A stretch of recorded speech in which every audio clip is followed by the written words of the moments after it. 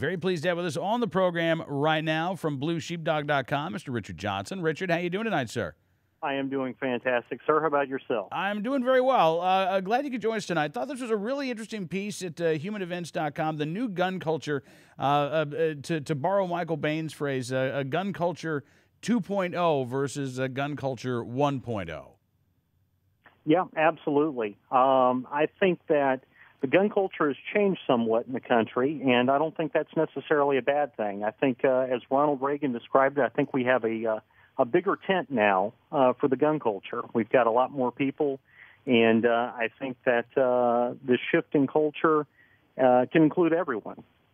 Well, yeah, I think you're right. You know, you say in your piece at Human Events, you say the new generation of gun owners no longer fit the old school sportsman look of yesteryear. The new generation of gun owners, fiercely independent, socially active, especially in the online space. The new generation comes from urban centers as well as middle America. New gun owners are all genders, colors, creeds, and social strata. They're not Elmer Fudd. All of which I absolutely agree with you. You know, I just wonder, Richard, if in some ways we're not making too big a deal out of what may be a natural phenomenon. Like, look at popular music, for instance. You know, music has changed a lot over the last 30 or 40 years. I would say probably not nearly for the better, as opposed to gun ownership. But, you know, trends change, people, fashions change, technology changes. There is going to be this sort of natural, I don't want to say progression, but this natural growth in the industry, right? Absolutely. There are going to be some natural growths and changes in trends. But unlike the music industry, and unlike popular culture, we've got actually one of our most cherished rights on the line. And how we accept the new generation or the next generation of gun owners into our culture can have a direct impact on politically where our rights stand going forward in the future. If we allow ourselves to become split up into different camps, you know, people that are involved in tactical or people that are involved in hunting or practical shooting, if we allow ourselves to be split up like that, we no longer to protect all of our freedoms. And I think that's my major concern. Yeah, well, I got to tell you, Rich, I mean, that's what it all comes down to. At the end of the day, it doesn't matter to me whether you decided to, you know, exercise your Second Amendment rights because of self-defense or because of hunting or because of competitive shooting or because you just want to plink or just because you can or all or none of the above, as long as you're active, not apathetic. So when it comes to gun culture 2.0, are these activist gun owners? Or absolutely. Yeah? Yeah, absolutely. You know, and it's not to say that the older generation, if you will, the 1.0 culture wasn't, because we look at the origins of the shall issue, and that goes back into the 80s, you know, originating down in Florida.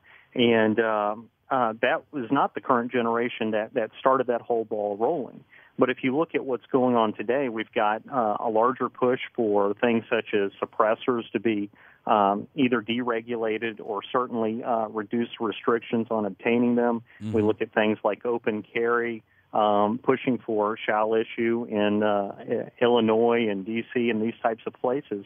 I think that the newer generation is definitely very active. They're fiercely independent. And unlike, I guess, the popular myth that is no longer perpetrated as it once was. You know, it's not about hunting. It's about the individual's right to own a firearm for whatever purpose, just like you said. Yeah, well, and that's the thing. You know, again, we all have different reasons, just as we all have different firearms. We all have different, you know, favorites. You've got some folks who, you know, black rifle guys. I'm actually kind of a wheel gun guy myself. But, you know, I don't give anybody a hard time for the guns they want to own. It's all the same right, and we're all fighting on the same side. One of the things, as you say, you know, with gun culture 2.0, and I would say gun culture 1.0 is pretty fiercely independent as well, and is fiercely independent. I think that's kind of one of the hallmarks of gun ownership in this country. You're going to find those folks who believe in that individual freedom. We can find that common ground, and we can hopefully work together because, as you say, Richard, when we get splintered off, that's when the gun control advocates can find success. And I think gun owners, by and large, for the past decade or so, have done a pretty good job of presenting a united front. Absolutely, and I think that's the main message that I'd like to get out is we need to continue that going forward. We have done a lot of really great things in the past. We've stood up when we needed to, and I think that as long as we continue to welcome everyone into our culture, that we will have even more success down the road. I think you're absolutely right about that. Richard, thank you so much, sir, for coming on the program. Great talking to you this evening.